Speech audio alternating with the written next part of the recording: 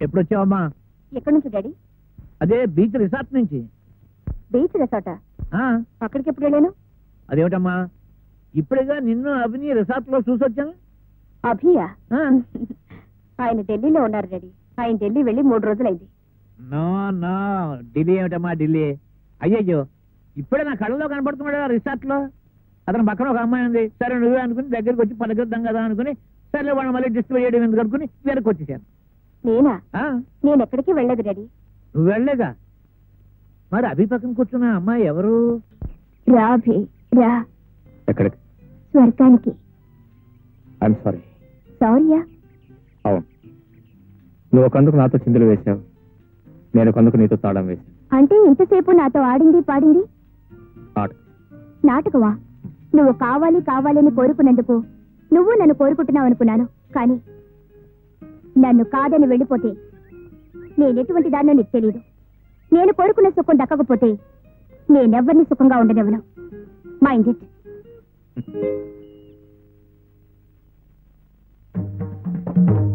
నేను నమ్మలేనమ్మా. అవి నీకు అన్యాయం చేసి మరొక అమ్మాయితో తిరుగుతున్నాడంటే నేను నమ్మలేకపోతున్నానమ్మా. ఆ అమ్మాయి ఎవరో కాదు రెడీ. మన ఇంటికి విడాకులు ఇప్పించమని వచ్చింది చూడు. ఆహా, ఆ భద్రత లేకున్నాను ఆ పిల్ల. అవును. ఆహా, ఈవిడ కేసును ఒప్పుకోలేదంటే అతని దగ్గరికి వెళ్ళి ఈ విధంగా బరితెగించింది అన్నమాట. అవతల అది బరితెగించి వస్తే మాత్రం యువతల ఇతనికి ఉండాలిగా సిగ్గు. అవతల ఒక అమ్మాయి ప్రేమిస్తుందని, ఆశలన్నీ తన మీదే పెట్టుకుందని.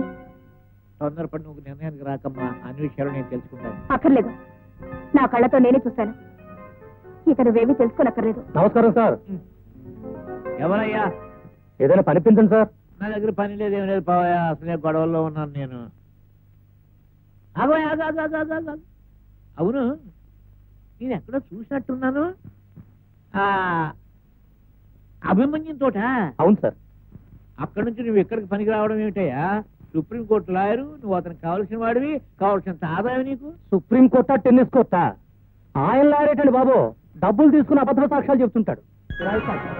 ఏమిటయ్యా నువ్వు చెప్పేది? అబద్ధం సాక్ష్యాలు చెబుతాడా? నా మాట అబద్ధం అయితే కోర్టులో ఎంక్వైరీ చేయండి సార్. అబద్ధ సాక్ష్యాలతో ఊరుకుంటే పర్వాలేదండి. ఈ మధ్య ఒక వధ పని కూడా చేశాడు. సరే నువ్వేం చెప్పక్కర్లేదు, వెళ్ళి ఇక్కడి నుంచి. అతన్ని చెప్పనే డాడీ.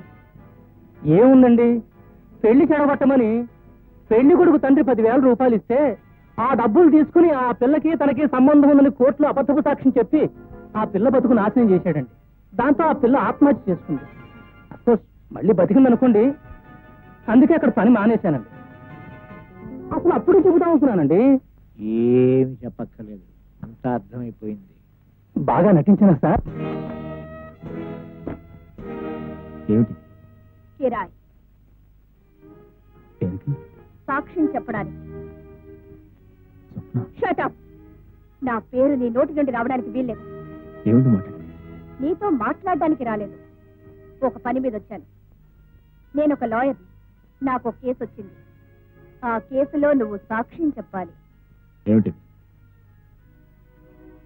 ఒక త్రాస్తుడు నన్ను మోసం చేసి ప్రేమించాడు. వాణ్ణి నా నుంచి దూరం చేయాలి. దానికి ఎంత ఇమ్మంటావు? దూరం చేయటం ఒకటేనా? కాదు, ఉరి తీయించాలి. అంత ఘోరం ఏం చేశాడు? మనసుని ఫుట్బాల్ లాగా వాడుకున్నాడు. ఎటు తన్నినా తిరిగి తన కాలి దగ్గరికే వస్తుందనుకున్నాడు. ఎవరు? చెప్పానుగా, త్రాస్తుడని.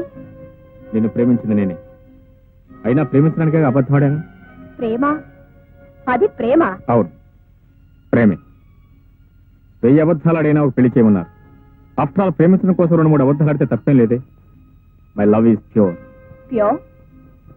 Of course, very pure. నీ ప్రేమ ఎంత పవిత్రమైనదో ఆ తోటలోనే కనిపించింది. ఏం కనిపించింది? దేనితోనో తాగి తద్దనాలాడేవా లేదా? దానిలో తప్పే ఉంది? తప్పే ఉందా? ఒకరిని ప్రేమించి మరొక దానితో తిరగడం తప్పు కదా? అరే, ఆ పిల్లతో నాకు నీకంటే ముందు నుంచి పరిచయం ఉంది. అయితే ఆ విషయం ముందే నాకెందుకు చెప్పలేదు? చూడు స్వప్న, నాకు మరో ఆడదంతా పరిచయం ఉందని ఏ మగాడని చెప్తే ఏ ఆడ సహిస్తుంది చెప్పు? అంటే మోసం చేశావన్నమాట. నేను నిన్ను మోసం చేయలేదు. నేను నిన్ను మనస్ఫూర్తిగా ప్రేమిస్తున్నాను. మరి ఆ అమ్మాయి? ఆ అమ్మాయి after all just girlfriend. ఓ, గర్ల్ ఫ్రెండ్.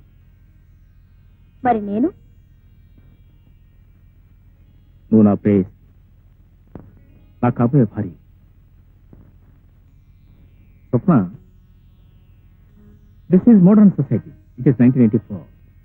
భార్య భార్యే, ప్రియురాలు ప్రియురాలు. భార్య ఉన్నా కూడా గర్ల్ ఫ్రెండ్ ఉంటే తప్పలేదు. ఫర్ ఎగ్జాంపుల్, రేపు మన పెళ్ళైంది అనుకో, నీకు బాయ్ ఫ్రెండ్ ఉన్నానుకో, నేనేం పట్టించుకో, నాకేం అభ్యంతరం లేదు. ఓహో, అంత గొప్ప సంస్కారమా నాయనా నీది? ఇంత గొప్ప సంస్కారం ఉన్న మనిషిని ఈ ప్రపంచంలో నేనెక్కడా చూడలేదు. అంత గొప్ప సంస్కారవంతుడు నాకు ప్రేమికుడుగా దొరికినందుకు నా జన్మ ధన్యమైపోయింది. ఒక 10,000 రూపాయల కోసం ఒక ఆడదాని జీవితం నాశనం చేసేవే, అది కూడా సంస్కారమేనా? ఆ అమ్మాయి కూడా గర్ల్ ఫ్రెండా? అది నా వృత్తి. ఓహో, వృత్తి పేరు మీద గొంతులు కూడా కోస్తావన్నమాట. స్వప్న, అది నీకు సంబంధించిన విషయం కాదు. నువ్వు నేను మాట్లాడుకోవాల్సింది మన ప్రేమల గురించి, మన పెళ్లిని గురించి. మిగతా విషయాల గురించి మాట్లాడే హక్కు నీకు లేదు. ఆడది మగవాడి మనసులోకి ప్రవేశించాలి తప్ప అతని వ్యవహారాలకు కాదు, అతని వ్యాపారాలకు కాదు. అయినా మగవాడిని నిలదీసి అడిగే ఆడదంటే నాకు పరమస్థాయి.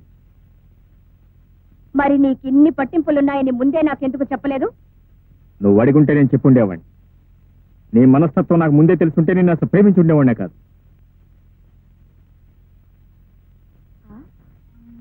అలాగా? ఇప్పుడొచ్చిన నష్టం ఏమీ లేదు. ప్రేమించడం మానే. నేను నిన్ను మర్చిపోయాను, నువ్వు నన్ను మర్చిపో అని చెప్పడానికి ఇంత దూరం వచ్చాను. ఇలాంటి కబుర్లు చాలా మంది చెప్తారు, కానీ ఇళ్ళకెళ్ళి మంచం ఎప్పుడు వెక్కి ఏడుస్తారు. మళ్ళీ టెలిఫోన్ చేసి హలో డార్లింగ్, ఎక్కడున్నావు, ఏం చేస్తున్నావు, ఎలా ఉన్నావు నాకు కోరిస్తారు. చూడు, నువ్వు నన్ను మర్చిపోవడం తేలిక కాదు. మనం గడిపిన క్షణాలు అలాంటి, ఆ రోజులు అలాంటి. You can never forget. ఏ క్షణంలో అమ్మాయితో నిన్ను చూశాను, ఆ క్షణంలోనే నేను నిన్ను మర్చిపోయాను. చూడు స్వప్న, మొదటి చూపు, మొదటి ప్రేమ అంత తేలిగ్గా మర్చిపోయేవి కావు. నేను బ్రతికుండగా నువ్వు నన్ను మర్చిపోవటం జరిగే పని కాదు. ఆ భ్రమలో ఉంటావనే హెచ్చరించడానికి వచ్చాను. నేను ఆడదాన్ని, జరిగిన దానికి మంచం మీద పడి వెక్కి వెక్కి ఏడ్చే ఆడదాన్ని కాదు. పిచ్చెక్కి ఆత్మహత్య చేసుకునే ఆడదాన్ని కాదు. This is Swapna. Mister Abhimanyu, ఇవి భారతం నాటి రోజులు కావు. This is modern times 1984. నీ కళ్ళ ముందే నిన్ను మర్చిపోగలను, మరొకరిని హాయిగా పెళ్లి చేసుకోగలను. Good bye.